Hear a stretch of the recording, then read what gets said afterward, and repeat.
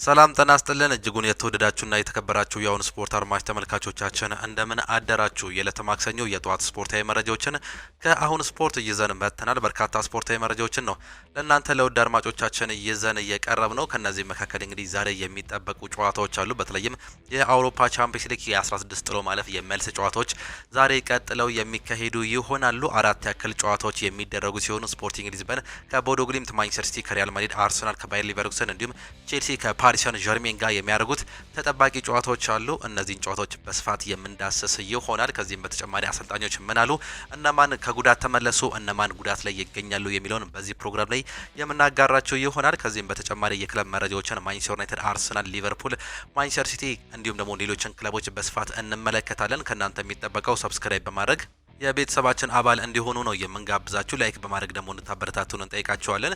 ከሀገር ውስጥ መረጃዎቻችን የምንጀምር ሲሆን ቀጥታ ወደ ፕሮግራሞቻችን አለፍን። የኢትዮጵያ ብሔራዊ ቡድን የቅድመ ምድብ ማጣሪያ ጨዋታ እንዳለው ይታወቃል። በዚህም ዋሊያዎቹ ልምምድ መጀመራቸው ተገልጿል። የኢትዮጵያ ብሔራዊ ቡድን ከሳኦ ቶሜ ጋር ላለበት የአፍሪካ ዋንጫ ቅድመ ማጣሪያ የደርሶ መልስ ጨዋታ ልምምዱንም ጀምሯል። ዋሊያዎቹ ትላንትና በአሰልጣኝ ዮሐንስ ሳህሌ እየተመሩ ከ11 ሰዓት እስከ 12 ሰዓት ተኩል በንግድ ባንክ ሜዳ የመጀመሪያ ልምምዳቸውን ማድረጋቸው ነው የተገለጸው። አሁንም እንግዲህ ልምምዳቸውን ቀጥለው እንደማይካሄዱ በስፋትም እየተገለጸም ይገኛል። በአውሮፓ ቻምፒየንስ ሊጉ ዛሬም የመልስ ጨዋታዎች የሚደረጉ ይሆናሉ። በተለይም ያለፈው ሳምንት የ16 ጥሎ ማለፍ የመጀመሪያ ዙር ጨዋታዎች መካሄዳቸውን እናስታውሳለን። ዛሬ ደግሞ የመልስ ጨዋታ የመጀመሪያ እንዲሁ ቀን ጨዋታዎች የሚደረጉ ነው የሚሆኑት። ዛሬ አራት ያክል ጨዋታዎች ይደረጋሉ። ምሽት 2 ሰዓት ከ45 እስከ ምሽት 5 ሰዓት ላይ የሚጀምሩ ጨዋታዎች አሉ። ከነዚህም መካከል ስፖርቲንግ ሊዝበን ከቦዶ ግሊምት ጋር የሚያደርጉት የምሽት 2 ሰዓት ከ45 ተጠባቂ ጨዋታዎች አሉ። ይህ ጨዋታ የሚካሄደው ፖርቹጋል በጆዜ አልቫርዴስ ስቴዲየም መሆኑ ነው እንዲሁ የወጣለት መርሃ ግብር የሚያሳየው። ያለፈውን ጨዋታ 3-0 በሆነ ውጤት የተሸነፉት ስፖርቲንግ ሊዝበኖች ዛሬ ይህንን ውጤት በሜዳቸውና በደጋፊዎቹ ፊት ይቀለብሱታል የሚጠበቀው ውጤት ነው። እነዚህ ሁለቱ ክለቦች እንግዲህ በታሪክ አንድ ጊዜ ብቻ የተገናኙ ሲሆን እሱም ያለፈው ሳምንት ሮብ የተገናኙበት ጨዋታ እንደሆነ ይታወቃል። በዛ ጨዋታ ላይ ቦዶ ግሊምት በሜዳውና በደጋፊዎቹ ፊት 3-0 በሆነ ውጤት ማሸነፉን እናስታውሳለን። የመጨረሻ የአውሮፓ ቻምፒየንስ ሊግ ጨዋታዎችን ስንመለከት እንግዲህ ስፖርቲንግ ሊዝበኖች ካለፉት 5 ጨዋታዎች በሁለቱ የተሸነፉ ሲሆኑ በሶስቱ ማሸነፍ ችሏል። ቦዶ ግሊምት በዚህ ዓመት በአውሮፓ ቻምፒየንስ ሊጉ እጅግ በጣም ድንቅ ጊዜን እያሳለፉም ነው የሚገኙት። 5 ተከታታይ ጨዋታዎችን ያሸነፉ ሲሆን ከነዚህ መካከል እንግዲህ አብዛኞቹ ከባድ ጨዋታ ነው። ከማንቸስተር ሲቲ ጋር በሜዳቸው ያደረጉትን ጨዋታ 3-1 በሆነ ውጤት ማሸነፋቸውን እናስታውሳለን። ከሜዳቸው ውጪ ወደ ስፔን አቅንተው ደግሞ አትሌቲኮ ዲ ማድሪድን 2-1 አሸንፈዋል። በቅድመ ማጣሪያው 16 ጥሎ ማለፍ ውስጥ ለመግባት በሚደረገው ጥረት ላይም እንዲሁ ከኢንተር ሚላን ጋር ነበር የተመደቡት። በርካቶቻችን እንደምናስታውሰው ለኢንተር ሚላን ቅድሚያ ግምት ቢሰጠውም እንግዲህ በደርሶ መልስ ቦዶ ግሊምቶች ኢንተር ሚላንን የዚህ ዓመት የስኩዴቶ አሸናፊ ይሆናል ተብሎ እንግዲህ እየተገመተ የሚገኘውን እንዲሁም የጣሊያን ሊግ መሪ የሆነውን ኢንተር ሚላንን አሸንፈው ነው እንግዲህ ወደ 16 ጥሎ ማለፍ ውስጥ መግባትም የቻሉት። ከዛም ከስፖርቲንግ ሊዝበን ጋር የነበረውን የመጀመሪያ ዙር ጨዋታ 3-0 በሆነ ውጤት አሸንፈዋል። ይህም ዛሬ እንግዲህ ቅድሚያ ግምት ያልፋሉ ተብሎ እየተገመተ የሚገኝ ክለብ መሆኑን ነው እየተመለከተን የምንገኘው። ቦዶ ግሊምት ዛሬ እንግዲህ የሚያሸንፍ ከሆነ ወደ 8 ውስጥ የሚያልፍ ይሆናል። ይህም እንግዲህ በታሪኩ በተለይም በቅርብ ጊዜያት ጥሩ ደረጃ እንደሆነ ነው እየተገለጸለትም የሚገኘው። የጨዋታ ምሽት 2 ሰዓት ከ45 ላይ የሚጀምር ይሆናል። ሌላኛው በርካቶቹ የሚጠብቁት ምሽት 5 ሰዓት ላይ የሚጀምሩ 3 ያክል ጨዋታዎች አሉ። የመጀመሪያው በማንቸስተር ከተማ በኢታሃድ ስቴዲየም ማንቸስተር ሲቲ ከሪያል ማድሪድ ጋር የሚያደርጉት ተጠባቂ ጨዋታዎች አሉ። የፔፕ ጋርዲዮላው ሰራዊት በሜዳውና በደጋፊዎቹ ፊት እንግዲህ የራውል አልቤሎዋን ሰራዊት ሪያል ማድሪድን የሚያስተናግዱ ይሆናሉ። እነዚህ ሁለቱ ክለቦች በታሪካቸው እንግዲህ ለ17ኛ ጊዜ ነው ይህ ጨዋታ የሚደረገው። ከዚህ በፊት 15 ጊዜ እስከ አምና ድረስ ተገናኝተውም ነበር። 5 ጊዜ የተሸናነፉ ሲሆን 5ቱን ባቻ ውጤት ነበር ማጠናቀቅ እየቻሉት። 16ኛውን ጨዋታ በሳንቲያጎ በርናቦ በተደረገበት ጨዋታ እንግዲህ ሪያል ማድሪዶች 3-0 በሆነ ውጤት ማሸነፋቸውን ያለፈው ሳምንት እንዲሁ የቅርብ ትውስታችን ነው። በዛ ጨዋታ ላይ እንግዲህ በርካቶቹ ያልጠበቁት ውጤት እንደሆነ ገልጸው ነበር። በተለይም ይህ ጨዋታ ያለፈው የበርናቦ ጨዋታ በሪያል ማድሪድና በማንቸስተር ሲቲ መካከል የተደረገው ጨዋታ ሪያል ማድሪድ ወይም ደግሞ ማንቸስተር ሲቲ ያሸንፋል ብለው ቅድሚያ ግምት ለመስጠት እጅግ በጣም አዳጋች ነበር። ሪያል ማድሪድ ተከታታይ 2 ጨዋታዎችን በስፔን ላ ሊጋ መሸነፉ እንዲሁም ደግሞ ማንቸስተር ሲቲ ደግሞ ኮንሲስተንት የሆነ አቋም አለማሳየቱን ተከትሎ ይህ ጨዋታ ጨዋታ ለሁለቱም ከባድ እንደሆነ ተገልጾ ነበር። ነገር ግን በአውሮፓ ቻምፒየንስ ሊጉ እንደ ነብር የሚለወጠው ሪያል ማድሪድ በዛም ጨዋታ ላይ 3-0 በሆነ ውጤት ማሸነፉን እናስታውሳለን። ካፒቴኑ ፌዴ ቫልቬርዴ ሃትሪክ በመስራት እንዲሁ ታሪክ መስራቱን የምናስታውሰውም ጉዳይ ነው። ሪያል ማድሪዶች ዛሬ ከሜዳቸው ውጪ ወደ እንግሊዝ ማንቸስተር ከተማ ሄደው በኢታድ የሚያደርጉት የመልስ ጨዋታ ይጠበቃል። በዚህም የተነሳ የማለፍ ቅድሚያ ግምት ይዘው ነው እንግዲህ ወደዛ የሚያመሩት። ማንቸስተር ሲቲዎች በተለይም ያለፈውን ተከታታይ ጨዋታዎች ማሸነፍ አለማቻላቸውን ተከትሎ እንግዲህ ዛሬ ምናልባትም ሌላኛውን ፈተና እንዲሁ ያጋጥማቸዋል ተብሎ ይጠበቃል። በእንግሊዝ ፕሪሚየር ሊግ ያለፉትን ሁለት ተከታታይ ጨዋታዎች ማሸነፍ አልቻሉም። ከኖቲንጋም ፎረስት ጋር ያደረጉትን ጨዋታ ሁለታቻ በሆነ ውጤት ነበር ማጠናቀቅ እየቻሉት። የሳምንቱ የመጨረሻ ጨዋታ ከዌስትሃም ጋር ያደረጉትን ጨዋታ እንዲሁ አንዳቻ መውጣቱን የምናስታውሰውም ጉዳይ ነው። ይህም የፔፕ ጋርዲዮላ ውሳኔ ማንቸስተር ሲቲ እንግዲህ በአውሮፓ ቻምፒየንስ ሊግ 8 ውስጥ እናያዋለን የሚሉት ግምቶች እንግዲህ ምናልባትም እያነሱ እየመጡ እንደሆነ ነው እየተመለከተን የምንገኘው። ማንቸስተር ሲቲዎች ዛሬ በሜዳቸውና በደጋፊዎች ፊት ተጠባቂ ጨዋታን የሚያደርጉ ነው የሚሆነው። በአውሮፓ ቻምፒየንስ ሊጉ የመጨረሻ 5 ጨዋታቸውን ስንመለከት ማንቸስተር ሲቲዎች ካለፉት 5 ጨዋታዎች በ3ቱ ተሸንፈዋል። በሪያል ማድሪድ የደርሶ መልስ የመጀመሪያ ዙር ጨዋታን ባለፈው ሳምንት ሮብ ዕለት ተመለከትን። ከቦዶ ግሊምት 3-1 የተሸነፉ ሲሆን እንዲሁ በባየር ሊቨርኩሰን 2-0 በሜዳቸው የተሸነፉበት የቅርብ ጊዜ ትውስታችን ነው። በአውሮፓ ቻምፒየንስ ሊጉ ሪያል ማድሪድን ደግሞ ስንመለከት እንግዲህ ካለፉት 5 ጨዋታዎች 4ቱን ያሸነፉ ሲሆን አንዱን ብቻ ነው ሽንፈት ማስተናገድም የቻሉት። በአሁኑ ሰዓት ላይ እንግዲህ ሪያል ማድሪዶች ወደ ቀጣዩ ዙር ለማለፍ ያላቸው እድል እጅግ በጣም ሰፊ መሆኑ ነው እየተገለጸ የሚገኘው። ወደ 84% ነው የሚጠጋው የማለፍ እድላቸው። ይህም እንግዲህ ቅድሚያ ግምታቸውን ይዘው የሚያልፉ ክለብ መሆናቸውን ነው እየተመለከት ነው። በዛሬው ጨዋታ ላይ በጉዳት ምክንያት የማይገኙ ተጫዋቾችን ስንመለከት ግቫርዲዮል እንዲሁም ደግሞ ሪኮ ሊዩስ በማንቸስተር ሲቲ በኩል እንግዲህ በጉዳት አይገኙም። ሌላኛው በሪያል ማድሪድ በኩል የማይገኙ ተጫዋቾችን ስንመለከት ራውል አሴንሲዮ በጉዳት እንደማይገኝ የተገለጸ ይገኛል። ሌላኛው የተከላካይ ስፍራ ተጫዋች ኤደር ሚሊታኦ፣ ሮድሪጎ ጎይዝ፣ ዳኒ ሴቦስ፣ ፌርላንድ ሜንዲ እንዲሁም ደግሞ ጆ ማርቲኔዝ በጉዳት ምክንያት አይገኙም። ፌርላንድ ሜንዲ ያለፈው ጨዋታ ላይ ነው እንግዲህ በጉዳት ምክንያት እንዲሁ ተቀይሮ ከወጣ በኋላ በዛሬው ጨዋታ ላይ እንደማይገኝ የተገለጸው። ነገር ግን የተለያዩ ተጫዋቾች ተመልሰዋል። እንደ አልቫሮ ካራሬስ የመሳሰሉ ተጫዋቾች በተከላካይ ስፍራ ላይ፣ በአማካይ ስፍራ ላይ ጁድ ቤሊንጋም እንዲሁም በአጥቂ ቦታ ላይ ደግሞ የኪሊያን ምባፔ መመለስ ሪያል ማድሪድን ምን ያህል ያጠናክሯል የሚለው እንግዲህ በአሁኑ ሰዓት ላይ ከፍተኛ ግምቶች እየተሰጡም ይገኛሉ። በተለይም ኪሊያን ምባፔ በአውሮፓ ቻምፒየንስ ሊጉ 13 ጎልና 1 አሲስት ማስመዝገቡን ተከትሎ በዛሬው ጨዋታ ላይም እንግዲህ አሰላለፍ ውስጥ ይገባል ተብሎ ባይጠበቅም ከቤንች ተነስቶ ምናልባትም ጎሎች የማስቆጠር እድል ሊኖረው እንደሚችል ነው እየተገለጸ የሚገኘው። በዚህ ተጫዋች ላይ ሪስክ መውሰድ አንፈልግም፣ ነገር ግን አሁን ወደ ሙሉ ጤንነቱ ተመልሷል፣ እሱን እናያለን ሲሉ አሰልጣኙ መናገራቸው ነው የተመለከት ነው። አብሮ እንደበረረ ግን እንዲሁ ተገልጿል። የጁድ ቤሊንጋምም ጉዳይ እንዲሁ በተመሳሳይ እየተመለከትነውም ጉዳይ ነው። ቪኒሺየስ ጁኒየር 5 አሲስት እና 3 ጎል ያስቆጠረም ተጫዋች ነው። ይህ ተጫዋች እንግዲህ በአውሮፓ ቻምፒየንስ ሊጉ በሪያል ማድሪድ ቤት ታሪክ መስራቱ ይታወቃል። 31 አሲስት በማስመዝገብ እንግዲህ ከክሪስቲያኖ ሮናልዶ ጋር ያለውን ታሪክ መጋራቱን ነው እየተመለከት ነው። ካሁን በኋላ አሲስቶችን የሚያስመዘገብ ከሆነ ታሪክ የሚቀየርበትም እድል እንዲሁ እየሰፋም ነው የሚገኘው። ካፒቴኑ ፌዴ ቫልቬርዴ 4 አሲስት እና 3 ጎል አለው። አርዳ ጉለር 4 አሲስት ያለው ተጫዋች መሆኑን ተመለከተን። በማንቸስተር ሲቲ ቤት ያለፉትን ተከታታይ ጨዋታዎች ላይ እንግዲህ ጎል ማስቆጠር እየተሳነው ኤርሊንግ ብሮት ሃላንድ በአውሮፓ ቻምፒየንስ ሊጉ 7 ጎሎችን ያስቆጠረ ተጫዋች ነው። ጄርሚ ዶኩ 3 ጎል እና 1 አሲስት እንዲሁም ሪያን ቸርኪ 3 ጎሎችን ያስቆጠሩ ተጫዋቾች መሆናቸውን ነው የተመለከትነው። እነዚህ ተጫዋቾች በአውሮፓ ቻምፒየንስ ሊጉም ሆነ በእንግሊዝ ፕሪሚየር ሊግ እጅግ በጣም አቋማቸው የወረዱ ተጫዋቾች ናቸው። በተለይም በአሁኑ ሰዓት ላይ ሪያን ቸርኪ ከተቀያሪ ወንበር ነው እየተነሳ ጨዋታዎችን እያደረገም የሚገኘው። ይህም እንግዲህ ማንቸስተር ሲቲ ዛሬ በሜዳውና በደጋፊዎች ፊት እንግዲህ ሬሞንታዳን እንግዲህ በሪያል ማድሪድ ላይ ያስመለክተን ይሆን አብረን የምንመለከት ነው የሚሆነው። ይህ እጅግ በጣም በርካቶቹ የሚጠብቁትም ጨዋታ ነው። ሌላኛው አርሰናል ከባየር ሊቨርኩሰን ጋር የሚያደርጉት በተመሳሳይ ምሽት 5 ሰዓት ላይ በለንደን ኤምሬት ስቴዲየም የሚደረግም ጨዋታ ነው። አርሰናል በሜዳውና በደጋፊዎች ፊት ይህን ጨዋታ እንግዲህ ቅድሚያ ግምት አግኝቶ የዛሬውን ጨዋታ ያደርጋል። የመጀመሪያውን ዙር ጨዋታ አንዳቻ በሆነ ውጤት ማጠናቀቁን እናስታውሳለን። በተለይም ካይ ሃቨርትስ በስተመጨረሻ ደቂቃ በተገኘችው ፔናልቲ ምክንያት ጎል ማስቆጠሩን የምናስታውሰውም ጉዳይ ነው። ዛሬ አርሰናል በሜዳቸውና በደጋፊዎች ፊት ቅድሚያ ግምት ተሰጥቷቸዋል። በተለይም በዚህ ዓመት እንግዲህ አርሰናሎች በማንቸስተር ዩናይትድ ብቻ ነው እንግዲህ በሜዳቸውና በደጋፊዎች ፊት የተሸነፉት። ይህም ቅድሚያ ግምት እንዲያገኙ እንዲሁ እየተገለጸም ይገኛል። ባየር ሊቨርኩሰን ከሜዳቸው ውጪ ከባድ ፈተና በዚህ ዓመት እጅግ በጣም ጠንካራ የተከላካይ ስፍራ ካለው ከአርሰናል ጋር ምሽት 5 ሰዓት ላይ ከሜዳቸው ውጪ ወደ እንግሊዝ አምርተው የሚያደርጉት ጨዋታ እጅግ በጣም ተጠባቂ እንደሆነ ነው እየተመለከተን የምንገኘው። ይህ ጨዋታ ለሁለቱም ክለቦች እጅግ በጣም ወሳኝ ጨዋታ ነው የሚሆነው። በዚህ በዚህ ጨዋታ ላይ አሸናፊ የሚሆነው ወደ ቀጣዩ ዙር ያልፋል። በተለይም የመጀመሪያውን ዙር ጨዋታ አቻ መውጣታቸውን ተከትሎ በታሪካቸው 4 ጊዜ ተገናኝተዋል። ዛሬ ለ5ኛ ጊዜ ነው የሚገናኙት።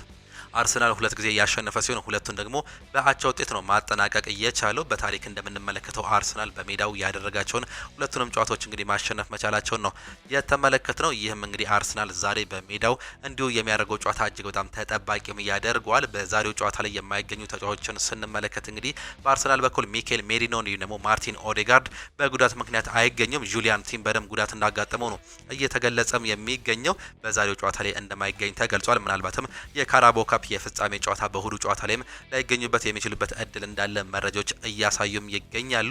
በባየር ሊቨርኩሰን በኩል አርተር አጉስቶ እንዲሁም ደግሞ ሉካስ ቫስከስ እና ሉዊች ባዴ በጉዳት ምክንያት የማይገኙ ተጫዋቾች መሆናቸውን እየተገለጸም ነው የሚገኘው። ጋብሪኤል ማርቲኔሊ በአውሮፓ ቻምፒየንስ ሊግ 6 ጎልና 1 አሲስት በማስመዝገብ የሚጠቀስ ተጫዋች ሲሆን አጥቂው ቪክተር ዮኮረሽ 4 ጎልና 1 አሲስት አለው። ቡካዮ ሳካ 2 ጎልና 2 አሲስት እንዲሁም ኖኒ ማዱኬ ደግሞ 3 ጎሎችን በማስቆጠር እንግዲህ የሚጠቀሱ ተጫዋቾች ናቸው። ግሪማርዶ 4 ጎልና 3 አሲስት በማስመዝገብ የሚጠቀስ ተጫዋች ሲሆን ፓትሪክ ሲሼክ 4 ጎልና 1 አሲስት ያስመዘገበ ተጫዋች ነው። ማሊክ ቲሊማን 2 ጎል እንዲሁ ደግሞ አሌክስ ጋርሺያ 2 ጎሎችን በማስቆጠር በባየር ሊቨርኩሰን በኩል በዛሬው ጨዋታ ላይ ልዩነት ይፈጥራሉ ተብሎ የሚገመቱ ተጫዋቾች መሆናቸውንም ተመለከትን። በአውሮፓ ቻምፒየንስ ሊግ የመጨረሻ 5 ጨዋታቸውን ስንመለከት አርሰናል ካለፉት 5 ጨዋታዎች 4ቱን አሸንፈው በአንዱ አቻ መውጣቱን እየተመለከተን ሲሆን ባየር ሊቨርኩሰኖች ካለፉት 5 ጨዋታዎች 2ቱን አቻ ወጥተው 2ቱን አሸንፈው በአንዱ ሽንፈትም አስተናግደዋል። ዛሬ እነዚህ ሁለቱ ክለቦች የሚያደርጉት ጨዋታ ይጠበቃል። በተለይም ወደ 8 ጥሎ ማለፍ ውስጥ ለማለፍ የሚደረግም ጥረት ነው። አርሰናል ይህንን የሚያልፍ ከሆነ ምናልባትም እንግዲህ ከቦዶ ግሊምት ጋር የመገናኘት እድል አለው። ቦዶ ግሊምት 3-0 በሆነ ውጤት በሜዳው ማሸነፉን ተከትሎ ከስፖርቲንግ ሊዝበን ጋር ከሜዳቸው ውጪ እንግዲህ ቅድሚያ ግምት እየተሰጣቸውም ይገኛል። አርሰናል ይህንን ጨዋታ የሚያልፍ ከሆነ ከአንጻራዊ ቀላል ግምት ከሚሰጣቸው ክለቦች ጋር እንዲሁ የመገናኘትም እድል አለው። በእርግጥ ቦዶ ግሊምት በዚህ ዓመት እንግዲህ ከባባድ ክለቦችን ማሸነፍ መቻሉን ገልጸንላቸዋል። እንደ ማንቸስተር ሲቲ፣ አትሌቲኮ ማድሪድ እንዲሁም ኢንተር ሚላንን የመሳሰሉ ክለቦችን ማሸነፍም ችሏል። በእርግጥ በዚህ ዓመት ቀላል ባይባልም ከሌሎቹ ክለቦችን በተለይም በተቃራኒ ቋት ካሉት ከእንደ ሪያል ማድሪድ፣ ማንቸስተር ሲቲ፣ ቼልሲ፣ ፓሪስ ሰን ዠርሜን፣ ሊቨርፑል የመሳሰሉ ክለቦች ጋር ያላቸው ልዩነት እንግዲህ ምናልባትም አርሰናል ቀጣይ እድላቸው ሰፊ የማለፍ እድላቸው ሰፊ እንደሆነ ነው እየተገለጸም የሚገኘው። ይህ ጨዋታ የሚጠበቅም ነው የሚሆነው። ባየር ሊቨርኩሰን ይህን ጨዋታም እንዲሁ አሸንፈው የሚያልፍ ከሆነ አንጻራዊ እድለኛ ወይም ደግሞ ቀለል ያለ ምድብ እንደደረሳቸውም ይታወቃል። ይህም ተጠባቂ ያደርገዋል። ምሽት ከሚደረጉ ጨዋታዎች መካከል ሌላኛው ቼልሲ ከፓሪስ ሰን ዠርሜን ጋር የሚያደርጉት የምሽት የመልስ ጨዋታ ነው። ይህም በለንደን በስታንፎርድ ብሪጅ የሚደረግ ጨዋታ መሆኑን ነው የተመለከት ነው። እነዚህ ሁለቱ ክለቦች በታሪክ በተገናኙበት ጊዜ እንግዲህ ፓሪስ ሰን ዠርሜን 4 ጊዜ ማሸነፍ እየቻለ ሲሆን 3 ጊዜ ቼልሲ ማሸነፍ ችሏል። 4ቱን ደግሞ በአቻ ውጤት ነው ማጠናቀቅም እየቻሉት። የመጨረሻውን ጨዋታ 5-2 በሆነ ውጤት በፓርክ ሌ ፕሪንስ በፈረንሳይ የተደረገውን ጨዋታ እንዲሁ ማሸነፋቸው እናስታውሳለን። በዚህም የተነሳ የ3 የጎል ልዩነት ይዘው ነው እንግዲህ የሉዊስ ኤንሪኬው ሰራዊት ወደ ለንደን እየከተሙት።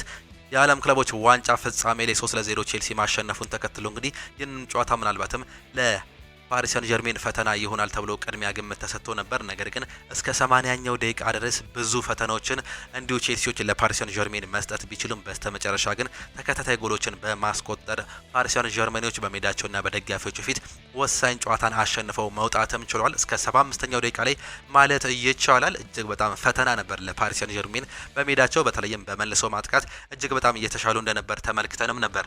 ቼልሲዎች ከሜዳቸው ውጪ ያደረጉት ጨዋታ በ79ኛው ደቂቃ ላይ አቻ ሆነው እንደነበር ተመልክተንም ነበር። ዣኦ ፔድሮ ባስቆጠረው ጎል ነገር ግን ከጨዋታው ውጪ ሆነው እንደተሻረባቸው ተመለከትን። ከዛ በኋላ ተቀይሮ የገባው ክቪቻ ክቫራትስኬሊያ በ86 እና በ94ኛው ጎል ላይ ማስቆጠሩን ተከትሎ 5-2 በሆነ ውጤት ጨዋታው ተጠናቋል። ዛሬም ምናልባትም እንግዲህ ቼልሲዎች በሜዳቸውና በደጋፊዎች ፊት ሊፈተኑ ይችላሉ። አሰልጣኝ ሊያም ሮዚኔር ጨዋታው አልተጠናቀቀም፣ ያለንን ሁሉ እንሰጣለን ሲሉ ገልጸዋል። ካፒቴኑ ሪስ ጀምስ ጉዳት ላይ እንዳለም እንዲሁ ወደ ጉዳት እንደሄደም ነው እየተገለጸ የሚገኘው። በዛሬው ጨዋታ ላይ የማይገኙ ተጫዋቾችን ስንመለከት በቼልሲ በኩል ስቴቫው እንዲሁም ደግሞ ሌቪ ኮልዊል ናቸው በጉዳት ምክንያት የማይገኙት።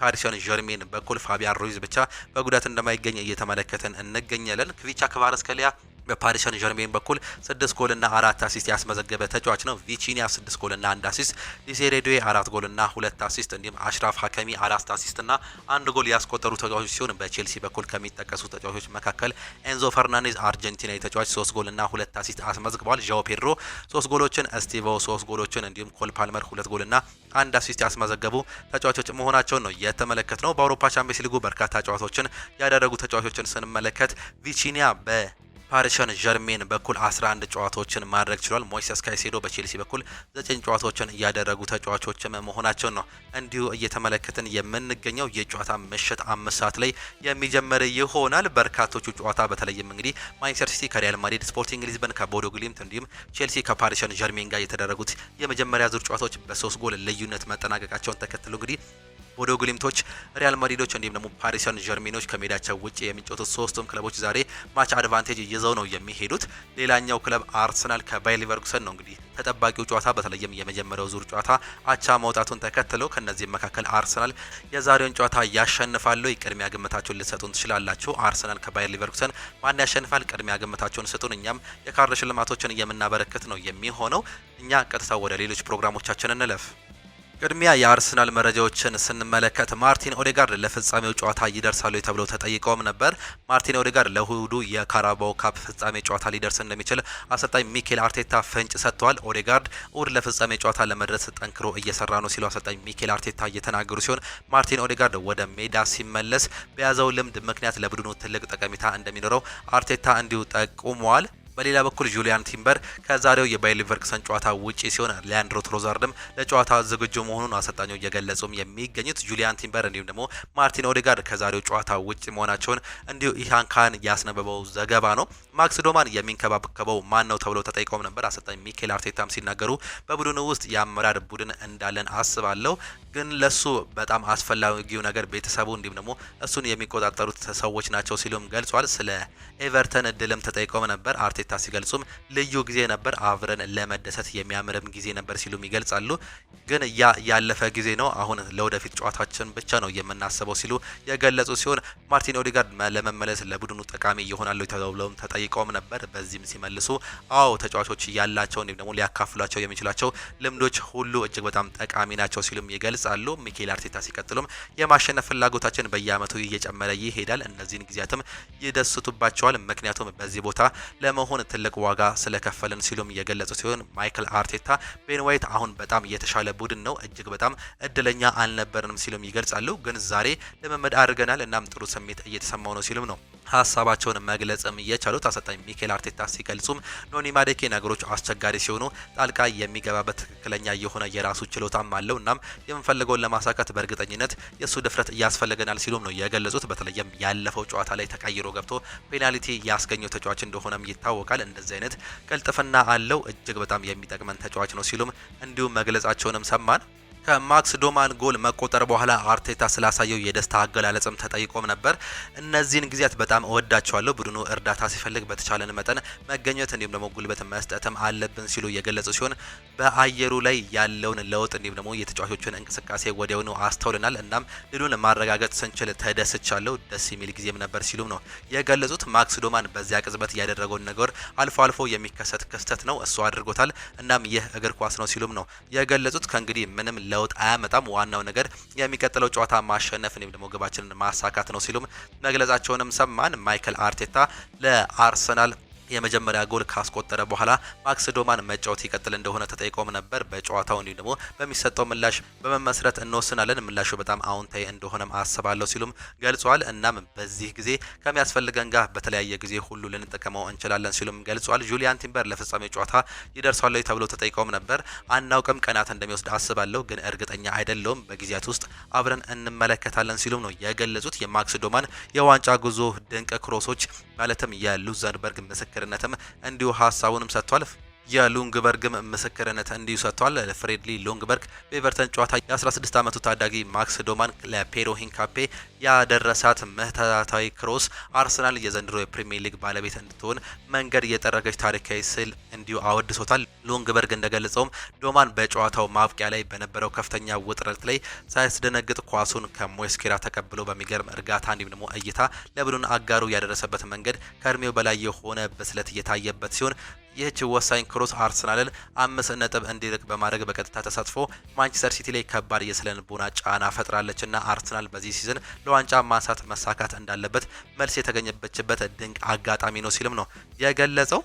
ሪካርዶ ካላፊዮሪም ይናገራል ስለ ኤቨርተኑ ድል እንዲሁም ደግሞ ድባብ ሲናገር የስቴዲየሙ ድባብ እጅግ አስደናቂ ነበር። ጨዋታውም ለጉዟችን ወሳኝ በመሆኑ ድሉ ይዘን መውጣታችን ትልቅ ትርጉም አለው ሲልም ይናገራል። ስለ ወሳኙ የግብ መከላከል ወይም ደግሞ ብሎክ ስላደረጋትም ኳስ እንዲሁ ተጠይቆም ነበር። ያደረኩትን ኳስ የመከላከል እርምጃ ለውጤቱ እጅግ አስፈላጊ ስለነበር እስካሁን ካደረኳቸው እንዲሁም ደግሞ ምርጡ ይመስለኛል። እኛ ቤተሰባችንን ግባችንን መከላከል እንወዳለን። መረባችን ካስደፈርን ደግሞ አብዛኛው ጊዜ እናሸንፋለን።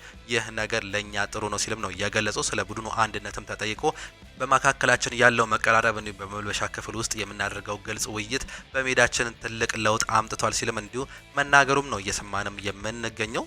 ወደ ማንቸስተር ዩናይትድ መረጃዎቻችን ስናልፍ ደግሞ ሌኒ ኢዮሮ ይናገራል። ሁላችንም ካርሎስ ካሴሚሮ እንዲቆይ እንፈልጋለን ሲል ነው የተናገረው። የማንቸስተር ዩናይትድ ተከላካይ ነው ሌኒ ኢዮሮ። ተጫዋቾቹ ካሴሚሮ በቡድኑ እንዲቆይ እንደሚፈልጉም ነው የገለጸው። ካሴሚሮ በቀጣይ ክረምት ኮንትራቱ ሲያበቃ ማንቸስተር ዩናይትድን እንደሚለቅ በይፋ ማሳወቁ አይዘነጋም። ሁሉም ሰው እንዲቆይ ይፈልጋል ያለው ሌኒ ኢዮሮ እሱ እኛ በጣም አስፈላጊያችን ተጫዋች ነው፣ ትላንትና በድጋሜ አረጋግጦልናል ሲል ስለ ከትላንት ወዲያ ጨዋታም ይናገራል። ካርሎስ ካሴሚሮ በቡድኑ ውስጥ የትኛውም ተጫዋች የሌለውን ልምድ እንደያዘ የገለጸው ዮሮ ሁሉንም አሸንፏል። ስለዚህ ያ እዛ ሜዳ ላይ ከሜዳ ውጪ ይረዳናል፣ እዚህ መኖሩ እጅግ በጣም ይጠቅመናል ሲልም እንዲሁ መናገሩን ነው የሰማነው። ኩኛ በበኩልም ካርሎስ ካሴሚሮ ቢያንስ ለአንድ ዓመት አብሮን እንዲቆይ ቀን በቀን እየወጠወትኩት ነው ሲልም ነው ሀሳቡንም የሚገልጸው። ሌኒ ዮሮ አያይዞም ሃሪ ማጌር በቀጣይ ኮንትራቱን ያራዝማል የሚል ተስፋ ማድረጉን የገለጸ ሲሆን ማንቸስተር ዩናይትድ በዚህ የውድድር ዘመን መጨረሻ ማንቸስተር ዩናይትድን እንደሚለቅ የሚጠበቀው ካርሎስ ካሴሚሮ የአጭር ጊዜ ኮንትራት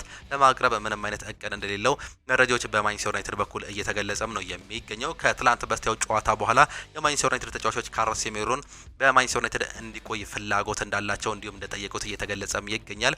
ሌኒ ዮሮ፣ ማቲያስ ኩኛ፣ ብሩኖ ፈርናንዴዝ እንዲሁም ደግሞ ሌሎች ተጫዋቾች በግልጽ እንዲሁ መናገራቸውን እየሰማንም ነው የምንገኘው። ካርሎስ ካሴሚሮ በክረምት እንደሚለቅም ይታወቃል። በዛ ቦታ ላይ እንደ ኤሊዮት አንደርሰን፣ አዳም ዋርተን እና ካርሎስ ባሌባ የመሳሰሉ ተጫዋቾች እንዲሁ እየታዩም ይገኛሉ። ነገር ግን የተጫዋች መልቀቅ የለበትም። እጅግ በጣም ይጠቅመናል። በተለይም ከፍተኛ ልምድ ያለው ተጫዋች ነው። 5 የአውሮፓ ቻምፒየንስ ሊግን በስፔን ያነሳ ተጫዋች መሆኑም ይታወቃል። በሪያል ማድሪድ ቤት በዚህ ዓመትም እንግዲህ አልሸነፍ ባይነት ያለው አቋም በርካቶቹ እንደሚወድለት እንዲሁ በግልጽም እየተገለጸም ነው የሚገኘው።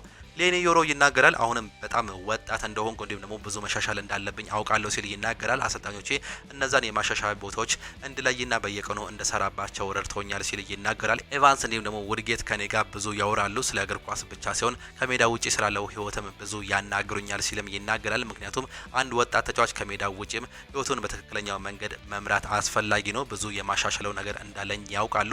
ከዚያም በብዙ መንገዶች እየረዱኝ ይገኛሉ። የፕሪሚየር ሊጉ አካላዊ ጥንካሬ ከባድ እንደሚሆንም አውቅም ነበር። ሰውነቴ አሁንም እያደገ ነው። ስለዚህ ያንን ማቋቋም አለብኝ። ሃሪ ማጌርም በሜዳ ላይ እጅግ በጣም እየረዳኝ ይገኛል ሲልም ነው የሚናገረው። ስቴቨን ጄራርድ ስለ ወጣቱ ክሪስቲያኖ ሮናልዶ በዛ ስለነበረበት ጊዜ ያነሳል። በግልጽ እንደሚታወቀው ሙሉ ተሰጥኦ እንዲሁም ደግሞ ክህሎት ነበረው። ለሰር አሌክስ ቻፕማን ፈርጉሰንም እውቅና መስጠት ይገባል ብዬም አስባለሁ። ምክንያቱም እሳቸው በግልጽ እንደሚታወቀው እንደ ተጫዋችም ሆነ እንደ ሰው እንዲበሰል እንዲሁም ደግሞ እንዲያድግ በእጅጉ የረዱት ሰዎች መሆናቸው ይታወቃል። ክሪስቲያኖ ሮናልዶ የመጣበት ጊዜ እጅግ በጣም አስደናቂ ጊዜ ነው ሲልም ነው የተናገረው። ፔፕ ጋርዲዮላ ለተጫዋቾች እረፍት እንደሰጡም ተገልጿል። የማንቸስተር ሲቲው አሰልጣኝ ፔፕ ጋርዲዮላ በትላንትናው ዕለት ለተጫዋቾች እረፍት መስጠታቸው ነው የተገለጸው። ይህንንም ተከትሎ ትላንትና ልምምድ እንደማይሰሩ ተነግሮም ነበር። ተጫዋቾቹ ከሪያል ማድሪድ ጋር በሚጫወቱበት ዕለት ማለትም ዛሬ በሚያደርጉት ጨዋታ ላይ እረፍት እንዲያገኙ ነው የተገለጸው። አሰልጣኝ ፔፕ ጋርዲዮላ ከዚህ በፊት ህዳር ወር ላይ ከቦሩሲያ ዶርትመንድ ጋር ሲጫወቱ ተመሳሳይ ነገር አድርገውም ነበር። ማንቸስተር ሲቲ በወቅቱ ጨዋታውን 4-1 በሆነ ውጤት እንዲሁ ማሸነፍ ይታወቃል። በዛሬው ጨዋታ ላይ ይህንን ውጤት የሚያስመዘግቡ ከሆነ ወደ ኤክስትራ ታይም የማለፍ እድል አላቸው። 4-1 ወይም ደግሞ በ3 ጎል ልዩነት የሚያሸንፉ ከሆነ ይህም እጅግ በጣም ተጠባቂ ያደርገዋል። ምሽት 5 ሰዓት ላይ የሚጀምር ጨዋታ ነው በማንቸስተር ከተማ በኢቲሃድ ስቴዲየም። በርናርዶ ሲልቫ እነሱ 3 ካስቆጠሩ እኛ ለምን አንችልም ሲል ይጠይቃል። የማንቸስተር ሲቲ ተጫዋች በርናርዶ ሲልቫ ቡድናቸው ውጤቱን መቀልበስ ይከብደዋል የሚል እምነት እንደሌለው ነው የገለጸው። ጠንካራ እንደሆነን ይሄ ስፖርት ሁሉም እንደሚቻል አስተምሮናል፣ ስለዚህ እስከ መጨረሻው እንፋለማለን ሲል እንዲሁ ተናግሯል። አክሎም እነሱ 3 ጎሎችን ካስቆጠሩ እኛ ለምን አንችልም ሲል እየጠየቀው በርናርዶ ሲልቫ እድል የለም ማለት እብደት ነው ሲልም ነው የገለጸው። የቡድንን አቅም እናውቀዋለን። በዚህ ዓመት የጎደለን ነገር ወጥነት ነው። ብዙ በእድሎች አላምንም፣ ነገር ግን በጥንቃቄ እንጫወታለን። ጨዋታውን መቀየር አለብን ሲልም ይናገራል። ድባቡን ለመቀየር አንድ ጎል በቂ ነው። የማንቸስተር ሲቲ ምሽት እንፈልጋለን። ይህም ለኛ የምናደርገው ወሳኝ ጨዋታ ነው ሲልም ነው የገለጸው። ፔፕ ጋርዲዮላም ይናገራሉ። በእግር ኳስ የማይቻል ነገር የለም ሲሉ የገለጹ ሲሆን የተወሰኑ ሀሳቦችም አሉኝ ሲልም ይናገራሉ። የማንቸስተር ሲቲ አሰልጣኝ ፔፕ ጋርዲዮላ የዛሬው የሪያል ማድሪድ ጨዋታ በፊት አስተያየታቸውን የገለጹ ሲሆን ፔፕ ጋርዲዮላ በሰጡት አስተያየትም በእግር ኳስ ሁሉም ነገር ሊፈጠር ይችላል ሲሉ ውጤቱን ለመቀልበስ እንደሚሞክሩ ነው የገለጹት። ፔፕ ጋርዲዮላ ምን አለው የሚለውን ስንመለከት በእግር ኳስ ሁሉም ነገር ሊፈጠር ይችላል፣ እናም እንሞክራለን፣ ነገር ግን ፍጹም እንቅስቃሴ ያስፈልገናል ሲሉ ተናግሯል። ያለብን ተግባር ትልቅ ነው። በሪያል ማድሪድ ጨዋታ ከ3 ጎሎች በላይ ማስቆጠር ቀላል አይሆንም ብለው እየተናገሩ ሲሆን ከደጋፊዎቻችን ጋር ጥሩ ጨዋታ ለማድረግ አለብን፣ ተጫዋቾች ብርታት እንዲሰጡን ሙሉ ተስፋ አለኝ ሲልም የገለጹ ሲሆን ለዛሬው ጨዋታ ሀሳቦች አሉን፣ እነሱን መሞከርም አለብን፣ ያንን ማድረግ ጥሩ እድልም ይሰጠናል፣ በርትተን መከላከል አለብን፣ መሞከር እንዲሁም ደግሞ መሞከር አለብን፣ ተስፋ መቁረጥ የለብንን፣ ያንን እንገዛለን፣ እናግዛለንም፣ ጎል እንዳይቆጠርብን መንጠቀቅ አለብን፣ ቢሳካም ባይሳካም ያንን ሁሉ እንደምሰጥ አውቃለሁ። ዛሬ ለተጫዋቾቹ እረፍት ሰጥቻለሁ፣ ነገ ወደ ሜዳ ይመለሳሉ ሲሉ ትላንትና ተናግሯል። ፔፕ ጋርዲዮላ ሲቀጥሉም የእግር ኳስ ጨዋታ ነው፣ ብዙ ነገሮችም ሊከሰቱ ይችላሉ፣ ትኩረት ማድረግ በመጀመሪያው ጨዋታን ለማሸነፍ መሞከር አለብን፣ ከዚያ በኋላ ምን እንደሚፈጠር እንመለከታለን ሲሉ የገለጹ ሲሆን ከደጋፊዎቻችን ጋር ጥሩ ጨዋታ መፍጠርም አለብን፣ ምናልባትም ተጨማሪ ጉልበት ሊሆኑን እንደሚችሉ ተስፋ እናደርጋለን፣ እናም እንጠብቃቸዋለን ሲሉም ገልጸዋል። ከ10 ዓመታት በኋላ ተጫዋቾቹን ስለ እምነት ማሳመን ካለብኝ ችግር ውስጥ ነን ማለት ነው ሲሉም ይናገራሉ። እነሱ እኔን በደንብ ያውቁኛል፣ ለማሸነፍ እንደሚሞክሩ ግን እርግጠኛ ነኝ ሲሉም ነው የገለጹት። ፔፕ ጋርዲዮላ የማንቸስተር ሲቲው አስተላለፍ የሰጠውን አስተያየት ስንመለከት ምርጫዬን ከሞላ ጎደል ጨርሻለሁ፣ ነገ የሚጀምረውን ቡድንም አውቃለሁ፣ ምናልባትም በአንድ ተጫዋች ላይ ጥርጣሬ ሊኖረን ይችላል፣ የተቀረጸው ግን ግልጽ ነው ሲሉ ስለ ዛሬው ጨዋታም ይናገራሉ። ጨዋታው የተለየ ጨዋታ መንገድ ይኖረው ይሆን እንደሆነ ተጠይቀውም ነበር። ጨዋታውን ለማሸነፍ ከመሞከር ውጪ ምንም የተለየ ነገር እቅድም የለኝም፣ ይህንን ነገር ብቻ ነው የምናደርገው፣ ማለትም ማሸነፍና ማሸነፍ ብቻ ሲሉ ገልጿል። ፔፕ ጋርዲዮላ ከሪያል ማድሪድ ጋር ስለሚደረገው ጨዋታ ሲናገሩም ስለምንፈጥራቸው የጎል እድሎች ብዙም አልተጨነኩም፣ እዚህ በቤታችን ያንን ማድረግ እንደምችል እርግጠኛ ነኝ ሲሉም ተናግረዋል። ዋናው ነገር ምን ያህል በጥሩ ሁኔታ መከላከል እንደምንችል ነው ሲሉ የተናገሩ ሲሆን ስራው እጅግ ግዙፍ ነው፣ በሪያል ማድሪድ ላይ ከ3 ጎሎች በላይ ማስቆጠር ቀላል አይሆንም ሲሉም ገልጿል። ሮድሪም ሲናገር ሪያል ማድሪድ ወደ ቀጣዩ ዙር ቢያልፍ እንኳን ከማለፉ በፊት በሜዳችን ትልቅ ስቃይ እንዲሁም ደግሞ ፈተና መስጠት አለብን። ይህ በራሳችን ላይ የሚደረግ ነገር ነው። ይህን ነገር ደግሞ ራሳችን ማሳካት አለብን ሲሉም ገልጿል። በቼልሲ በኩል ሪስ ጀምስ ጉዳት እንዳጋጠመው ተገልጿል። የምዕራብ ለንደኑ ክለብ ቼልሲ አምበል ሪስ ጀምስ የአምስትሪግ ጉዳት እንዳጋጠመው ነው የተገለጸው። እንግሊዛዊ የመስመር ተጫዋች ሪስ ጀምስ በጉዳቱ ምክንያት ለሳምንታት ከሜዳ እንደሚርቅ የተገለጸ ሲሆን ሪስ ጀምስ በጉዳቱ ምክንያት ከእንግሊዝ ብሔራዊ ቡድን ስብስብ ውጪ መሆናል። ቼልሲ በዛሬው ዕለት ከፓሪስ ሰን ጀርሜን የአውሮፓ ቻምፒየንስ ሊግ ጨዋታቸውን የሚያደርጉ ሲሆን በዛሬው ጨዋታ ላይ እንደማይገኝም ተገልጿል። ፔድሮ ኔቶም ቅጣት አይጣልበትም ተብሏል። የቼልሲ ተጫዋች ፔድሮ ኔቶ ባለፈው ሳምንት ከኳስ አቀባዩ ጋር በተፈጠረው ክስተት ምክንያት ቅጣት ሊጣልበት እንደሚችል ሲገለጽም ነበር። አሁን ላይ ፔድሮ ኔቶ በተፈጠረው ክስተት ምክንያት ምንም ቅጣት እንደማይጣልበት ነው የተገለጸው። የአውሮፓ እግር ኳስ ማህበር የዲሲፕሊን አካል ፔድሮ ኔቶን በማስጠንቀቂያ ማለፉ ነው የተገለጸው። ፔድሮ ኔቶ ከጨዋታው በኋላ ይቅርታ ጠይቋል። ማሊያውም ሰጥቶ እንደነበር ነው እንዲሁ እየተገለጸም የሚገኘው። ሊያም ሮዚኒየር ይናገራሉ። ፓሪስ ሰን ዠርሜን ሻምፒዮን የሆነው በምክንያት ነው ሲሉም ነው የገለጹት። የሰማያዊዎቹ ዋና አሰልጣኝ ሊያም ሮዚኒየር ቡድናቸው ለማለፍ ከፈለገ ፍጹም መሆን አለበት ሲሉ ነው የገለጹት። ከጨዋታው በፊት ቃላቸውን የሰጡት ሊያም ሮዚኒየር ቡድኑ ዛሬ ያለውን ሁሉ ለመስጠት ዝግጁ መሆን ማረጋገጡን እፈልጋለሁ ሲሉም ተናግሯል። በመጀመሪያው ጨዋታ ቡድናችን ላይ ተጽዕኖ የፈጠሩት ያላቸው ተጫዋቾች እናቸው ሲሉ እንዲሁ የገለጹ ሲሆን በተከታታይ ጥሩ ብቃት እያሳየን ነበር፣ ለማለፍ ፍጹም መሆን አለብን። ፓሪስ ሰን ዠርሜን ጨዋታውን በምክንያት ነው እንዲሁ ዋንጫዎችን ማንሳት እየቻለው ሲሉም ይናገራሉ። አያይዘውም ከዓለም ምርጥ ቡድኖች አንዱን እየገነባን እንደሆነም አምናለሁ። ከባድ ነው፣ ምክንያቱም አሁኑኑ ስኬታማ መሆን እፈልጋለሁ። ይህ ከባድ ያደርግብናል ሲሉም ገልጸዋል። ዣኦ ፔድሮም ሲናገሩ በአውሮፓ ሻምፒየንስ ሊግ መጫወት የእያንዳንዱ ተጫዋቾች ህልም ነው። እዚህ በመሆኔ በጣም ደስተኛ ነኝ። ዛሬ ማድረግ የምችለውን ነገር ሁሉ ለማድረግም ዝግጁ ነኝ ሲልም ይናገራል። ዛሬ እንደገና 3 ግቦችን ማስቆጠር አለብን። ልክ እንደ ክለቡ አለፍ ፍጻሜ ጨዋታ እንዳደረግነው በራሳችን እንተማመናለን። ይህን ነገር ደግሞ እናደርጋለን ሲሉ ነው እየገለጹ የሚገኙት። ይህንንም እንግዲህ በቅርበት የምንመለከታቸው መሆኑን ነው መረጃዎችን በስፋትም እያመላከተን የሚገኘው። እጅጉን የተወደዳችሁና የተከበራችሁ የአሁን ስፖርት አድማጭ ተመልካቾቻችን ለዛሬ የነበረን ስፖርታዊ መረጃዎቻችን ይህንን እየመስሉ ነበረ። ፕሮግራሞቻችንን እንዴት አያችኋቸው? ሀሳብ አስተያየታችሁን ኮመንት ቦክስ ላይ ልታጋሩን ትችላላችሁ። የዛሬ የአሁን ስፖርት የጠዋት ፕሮግራሞቻችን በዚሁ የሚጠናቀቁም ነው የሚሆኑት። ከነዚህም መካከል አንዳንድ ጨዋታዎችን አስታውሰናችሁ የዛሬ ፕሮግራሞቻችንን እናብቃ። ዛሬ በአውሮፓ ቻምፒየንስ ሊግ የመልስ ጨዋታዎች ተጠባቂ ጨዋታዎች ይደረጋሉ። በተለይም እንግዲህ ከምሽቱ 2:45 እስከ ምሽት 5 ሰዓት ላይ የሚደረጉ ጨዋታዎችን ስንመለከት ከሜዳቸው ውጪ 3-0 የተሸነፉት የፖርቹጋሉ ስፖርቲንግ ሊዝበን ዛሬ በሜዳውና በደጋፊዎች ፊት ከቦዶ ግሊምት ጋር የሚያደርገው ጨዋታ ይጠበቃል። ማንቸስተር ሲቲ ከሪያል ማድሪድ ጋር 3-0 ውጤቱን በኢታዲ ገለብጠው ይሆን? ሌላ ጨዋታ ነው። ምሽት 5 ሰዓት ላይ እንመለከተዋለን። አርሰናል በሜዳው ከባየር ሊቨርኩሰን ጋር እንዲሁ ይጫወታል። የመጀመሪያውን ዙር ጨዋታ በጀርመን በባይ አሬና ስቴዲየም አንድ አቻ ማጠናቀቃቸውን እናስታውሳለን። ሌላኛው ቼልሲ ከፓሪስ ሰን ዠርሜን ጋር በለንደን የሚያደርጉት ጨዋታ ይጠበቃል። የመጀመሪያው ዙር ጨዋታ 5-2 በሆነ ውጤት መጠናቀቁን እናስታውሳለን። እነዚህን ጨዋታዎች እንድታዩ እየጋበዘን የዛሬ ጠዋት ፕሮግራሞቻችን እናጠናቀቃለን። በከሳት ፕሮግራሞቻችን እስከምንገናኝ ድረስ ግን ቻው ቻው፣ መልካም ጊዜ፣ መልካም ውሎ ይሁንላችሁ።